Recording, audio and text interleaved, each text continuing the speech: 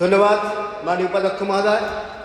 আপনার মাধ্যমে আমি এই সদনের তথা ভূমি ও ভূমি রাজস্ব দপ্তরের ভারপ্রাপ্ত মন্ত্রী তথা মুখ্যমন্ত্রীর দৃষ্টি আকর্ষণ করছি। আমার বিধানসভা মাটিগাড়া নকশালবাড়ি, এই মাটিগাড়া নকশালবাড়ি বিধানসভার মাটিগাড়া ব্লকে বালাসন নদী রয়েছে এবং বালাসন নদীতে দীর্ঘ 2 বছর ধরে সেই নদীর যে বালি খাদান রয়েছে তার যে লিজ, সেই লিজ আর শেষ হয়ে গেছে এবং সেই লিজ শেষ হয়ে যাওয়ার ফলে সেই বালাসন নদীতে যারা কাজ করে, যে সমস্ত সাধারণ দরিদ্র শ্রমিক, তাদের রুটি রুজি তাদের সেই নদীর উপরেই কাজ করেই তাদের চলতে হয়। তারা চরম দুরবস্থার মধ্যে পড়েছে এবং আমি চাই যে অতি সত্বর এই যে দীর্ঘ 2 বছর ধরে যে লিজ বন্ধ হয়ে রয়েছে এবং তার ফলে কিছু কিছু ক্ষেত্রে দেখা যাচ্ছে রাতের অন্ধকারে অবৈধভাবে নদীর থেকে যে বালি পাথর তোলা হচ্ছে এবং তাতে সরকারেরও কোটি কোটি টাকা রাজস্ব ক্ষতি হচ্ছে।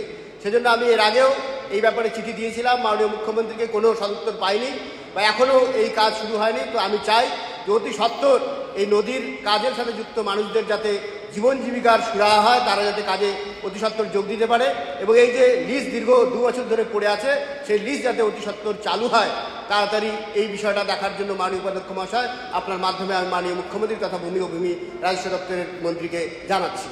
ধন্যবাদ মাননীয় উপাধ্যক্ষ।